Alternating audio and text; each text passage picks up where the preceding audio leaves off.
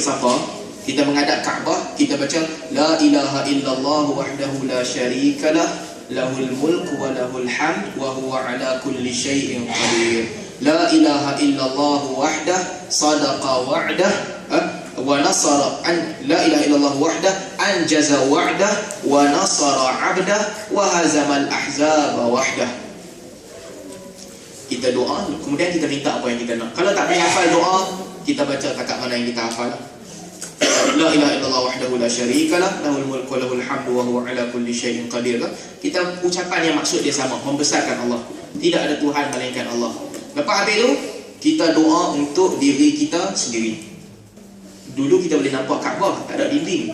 Sekarang kita tak boleh nampak dah. Dia tengah construction, dia tutup dengan dinding. Kita menghadap arah Kaabah, kita pun boleh doa. Nak angkat tangan pun boleh, tak mau angkat tangan pun tak apa.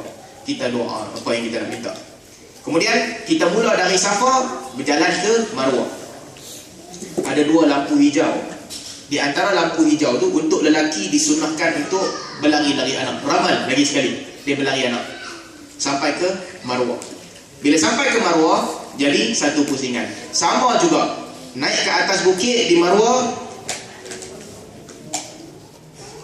naik atas bukit, berdiri menghadap Kaabah, dia pun la ilaha illallah wahdahu la syarikalah lahul mulku wa lahul hamdu wa huwa ala kulli syai'in qadir. La ilaha illallah wahdah anjaza wa'dah wa nasara 'abdah wa hazamal ahzaba wahdah. Dia pun sama juga, doa apa yang dia nak. Kemudian dia pergi ke Safa semula. Sampai ke Safa semula, sama juga apa yang dia buat. Sampailah sempurna 7 pusingan dia. Jadi maknanya dia mula di Safa yang pertama, dia akhirnya di Marwah. Itu yang terakhir. 7 kan? 1, 2, 3, 4, 5, 6, 7. Last sekali dekat Marwah. Bila sempurna 7 pusingan Safa dan Marwah ni, sempurnalah rukun yang ketiga. Tuan-tuan, kalau kira rukun mudah. Niat ihram, tawaf 7 pusingan, lepas tu sa'i antara Safa dan Marwah, itu telah memadai rukun. 3 rukun dia. Yang lain-lain itu benda-benda sunat lah.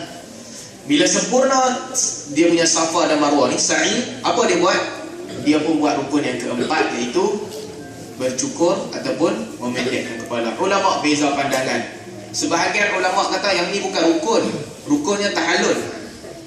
Sebahagian ulama kata tak, tahallul tu lain. Yang ni bercukur dan juga pendek ni rukun khas. Bagi ulama, cerita sikit pandangan fiqh, mungkin kalau susah, tak apalah, yang boleh tangkap lah, yang tak boleh tak apalah, mungkin bahagian orang lain. Ulama beza pandangan, rukun yang keempat ni apa? Sebahagian ulama kata rukun yang keempat adalah pendekkan rambut ataupun cukur kepala. Maksudnya, dia sempurna sa'i, dia mesti kena pendekkan rambut ataupun cukur kepala. Dia tak ada pilihan. Itu rukun. Selagi dia tak buat, selagi itu dia dalam ihram. Sama ada dia potong rambut dia sendiri ke, dia suruh orang lain potong ke, yang lebih baik orang lain potong lah. Sama ada orang yang potong tu dalam ihram ke, orang yang potong tu di luar ihram ke. Contohnya perempuan kan, satu kumpulan, yang first tu mesti dia yang start dulu. Jadi potong dan ataupun cukur kepala, rukun. Perempuan jangan cukur lah, perempuan cukur tak apa elok lah. Perempuan potong sikit di ujung rambut dan memadai. Lelaki disunahkan yang paling baik cukur kepala. Itu yang paling baik. Nabi kata rahimallahul muhalliqin, Allah merahmati orang yang cukur kepala. Sahabat ada rambut panjang, sahabat yang ikat dendam, tufur, dia ada dendam dua rambut panjang. Ya Rasulullah, wal muqassirin, wahai Rasulullah, kalau tak cukup pendek saja macam mana? Sebab sebelum tu Nabi benarkan kan, dalam Nabi dah benarkan dalam Al-Quran, Allah kata sebahagian daripada kamu akan cukur, sebahagian daripada kamu akan pendekkan rambut. Dua-dua boleh. Tapi tiba-tiba Nabi doa, Allah merahmati orang yang cukur. Jadi sahabat yang rambut panjang tanya, kalau pendekkan macam mana? Nabi kata rahimallahul muhalliqin, Allah merahmati orang yang cukur. 2 kali kan? Ditanya Nabi sekali, ya Rasulullah, kalau bagi pendek macam mana? Masuk ke tak? Nabi kata rahimallahul muhalliqin, Allah merahmati orang yang cukur kepala. Dia tak puas hati dah 3 kali, dia tanya lagi sekali, ya Rasulullah, kami yang bagi pendek ni macam mana? Dapat rahmat ke tak? Nabi kata rahimallahul muqassirin, Allah merahmati juga orang yang pendekkan rambut. Jadi dua-dua ada rahmat lah. Cumanya yang paling baik dia cukur kepala sebab ada kelebihan untuk lelaki. Tuan kalau orang tak mau cukur juga, dia rasa rambut saya cantik Ustaz, dia tak mau cukur. Sayang nak cukur rambut.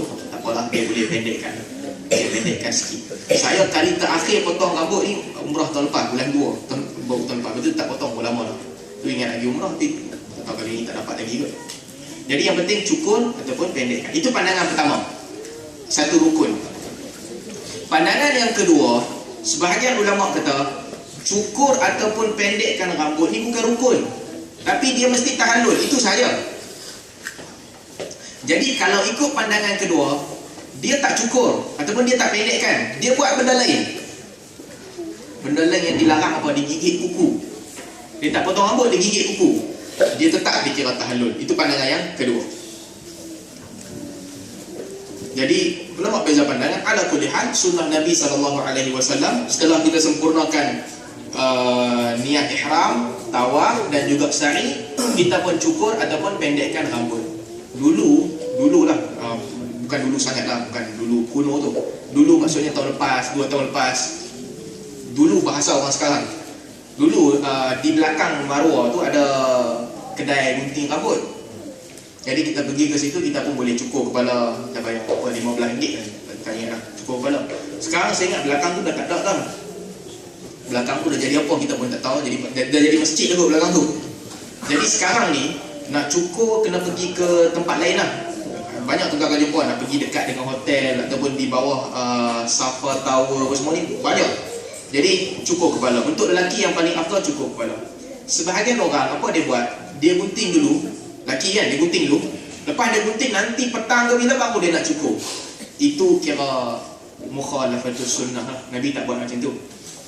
Nabi cukur terus. Dia jangan buat 2 kali. Sebab bila kita cukur keluar daripada ihram, rambut-rambut kita yang jatuh ni semua Allah bagi pahala. Kita jangan tukar. Kita jangan gunting sikit dulu, aku dah ambil ihram. Dia pun pakai baju macam biasa. Nanti balik hotel baru dia cukur. Itu tak kena dengan sunnah lah. Kalau kita lambat kan, katakan lambat, cari kedai gunting tak ada, ataupun ramai orang, tak apalah, tahanlah sekejap ketika masih dalam ihram. Tahan sekejap sampai jumpa kedai gunting, kita pun cukur. Jadi sempurnalah rukun yang keempat, cukur ataupun gunting. Rukun yang kelima adalah tertib, ikut urutan. Maksudnya dia tak boleh sa'i dulu lepas itu baru tawaf. Dia masuk Kaabah, dia kata ramai sangat orang duk tawaf ni, apa kata aku pergi sa'i dulu, lepas sa'i baru main tawaf. Tak boleh. Sa'i dia tak sah, dia kena ulang balik. Sebab sa'i mesti buat selepas tawaf. Dia tak boleh buat sa'i dulu lepas tu baru tawaf. Jadi urutan, ikut urutan. Dia main-main, dia sa'i, dia tawaf semua cukup. Dia kata lah aku terlupa nak niat. Dia pergi ke miqat, dia niat. Tak boleh juga. Mesti mula dengan niat, lepas tu tawaf, lepas tu sa'i, lepas tu gunting ataupun cukur kepala. Sempurnalah ibadat umrahnya. Orang tanya soalan, berapa kali nak pergi umrah? Orang Melayu dia kata, sebahagian orang dia kata yang terbaiknya satu perjalanan terbagi cukup 7 umrah. Maksudnya tiap-tiap pagi, kalau pergi trip 2 hari tak boleh lah, kalau trip lama sikit, sehari dia buat umrah 2 kali. Dia keluar pergi ke Hudaibiyah ataupun dia keluar pergi ke Tanaim kan, Masjid Aisyah. Dia keluar, dia buat umrah sekali lagi. Dia keluar, dia buat umrah sekali lagi. Tuan-tuan, ini tidak disunahkan kecuali ada keperluan lah. Aisyah radhiyallahu anha bila dia pergi haji dengan Nabi, dia dalam keadaan haid. Jadi dia buat haji, dia buat umrah. Lepas tu Aisyah cakap kat Nabi, ya Rasulullah, isteri-isteri Nabi yang lain ni semua dapat haji dengan umrah. Mereka buat tamattu', ada haji dan umrah. Tapi dia buat haji, dia tak ada umrah. Lalu Nabi pun benarkan Aisyah, okeylah kalau macam tu engkau boleh keluar pergi ke Tan'im. Di situ ada masjid namanya Masjid Aisyah. Nama Masjid Aisyah tu sebab Aisyah pergi ke situ lah. Jadi pergi ke Masjid Tan'im, niat ihram, masuk buat umrah semula. Jadi Aisyah buat. Maksudnya sunnahnya apa? Sunnahnya satu perjalanan sekali ya. Tetapi kalau ada keperluan, kita ada nak ganti umrah untuk pak makan kita, tak dan pergi umrah dia pun mati ke apa-apa, bolehlah kita pergi ke miqat, kita niat buat untuk dia. Untuk kita sendiri, satu dah memadai ya. Tuan-tuan bayangkan, Nabi jalan 9 hari. Kalau kepala otak macam kita, oi penat jalan 9 hari, aku buat umrah 40 kali siap-siap. Sebab penat. Kita naik bas 12 jam, 14 jam je. Kalau jam sikit nak, kalau dekat border, kalau Haji Mansur dah cerita kat border macam mana. Kan cerita contoh kat border, nak ulang dia tengok. Border ni ingat satu musibah yang besar juga lah.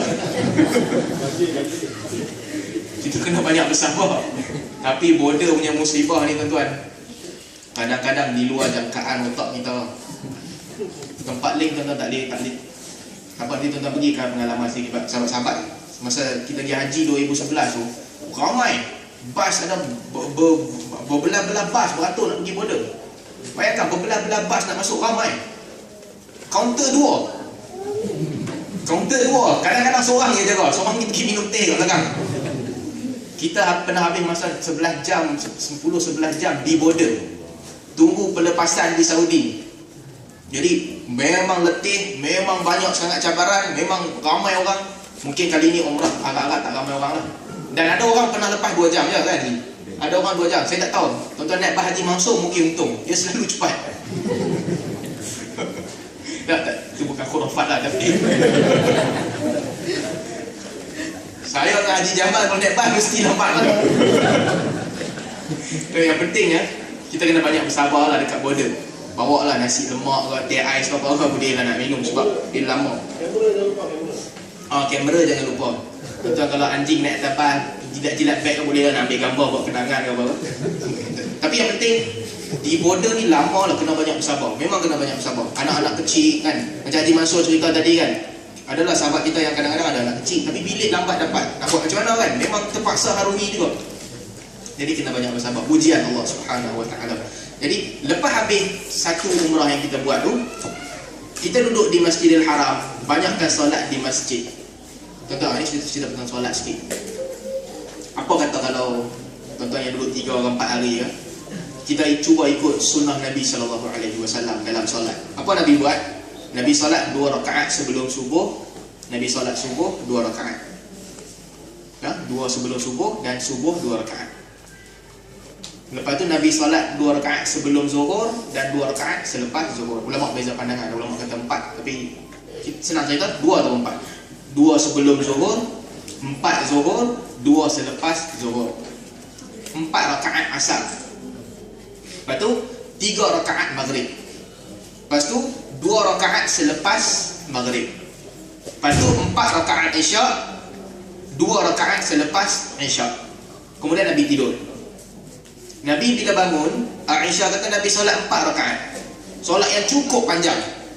Maksudnya tuan-tuan, kalau kita yang tak banyak hafal Quran kita nak pegang mushaf pun tak apalah. Solat yang cukup panjang.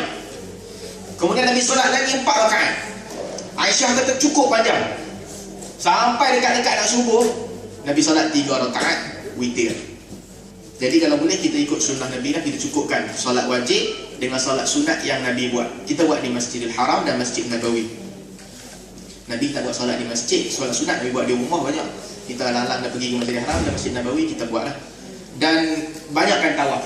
Tuan-tuan kalau ada masa selepas duha dan sebagainya, banyakkan tawaf sunat. Tawaf sunat tak ada dah nak lari anak, tak ada dah nak kena apa ni, tak perlu lari anak, tak perlu itibak. Pakailah baju biasa, pakai seluar jeans dengan t-shirt pun tak apalah, boleh tawaf bila-bila masa. Kalau 5 round lutut sakit, tak larat nak sambung, boleh berhenti, tak apa, itu tawaf sunat. Tak larat nak sambung, berhenti, tak apa, tak dapat pahala tawaf tu, selesai. Cuma tawaf wajib je tak boleh berhenti, kena jaga. Dan sebelum kita buat soalan sikit, sikit pasal larangan ihram Ustaz. larangan ihram.